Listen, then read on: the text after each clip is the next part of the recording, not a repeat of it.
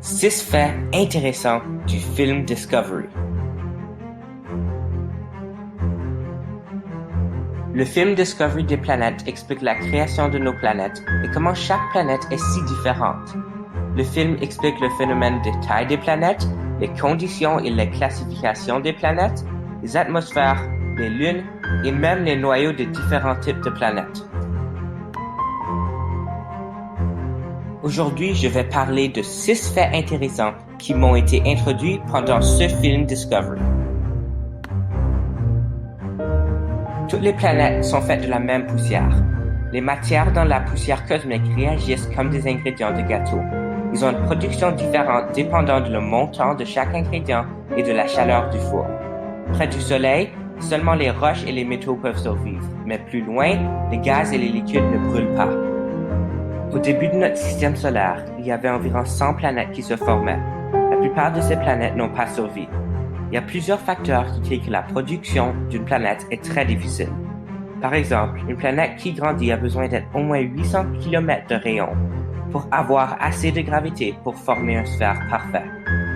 Il y a des milliards d'années, un objet rocheux est venu en collision avec la Terre. Cet objet a détruit une partie de la Terre et des particules de poussière terrestre ont été relâchées dans le système solaire. Miraculeusement, ces particules se sont combinées et ont créé un autre objet rocheux. Ceci, c'est l'histoire de notre Lune. Les géants gazeux sont faits complètement de gaz et de glace. Les géants gazeux n'ont aucune substance rocheuse dans son corps. Comme on a appris plus tôt dans l'année, le gaz prend toute la place qu'il peut.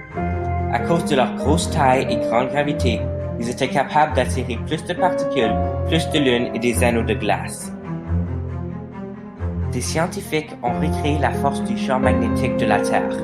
Notre Terre est capable de combattre des forces mortelles à l'humain avec un champ magnétique. Est-ce que tu peux croire que les scientifiques ont été capables de recréer ceci? Est-ce qu'un jour on aura des force fields? Jupiter a un noyau métallique. Le noyau de Jupiter est fait de matière d'hydrogène métallique. Oui, tu m'as bien entendu, hydrogène métallique. Mais madame, tu m'as menti encore? Dans le noyau de Jupiter, les immenses pressions et chaleurs causent que l'hydrogène prend une forme métallique. Plusieurs d'autres faits intéressants se trouvent dans les films Discovery des planètes et des lunes. Sans doute, tu seras capable de trouver des faits intéressants qui te surprennent aussi. À la prochaine!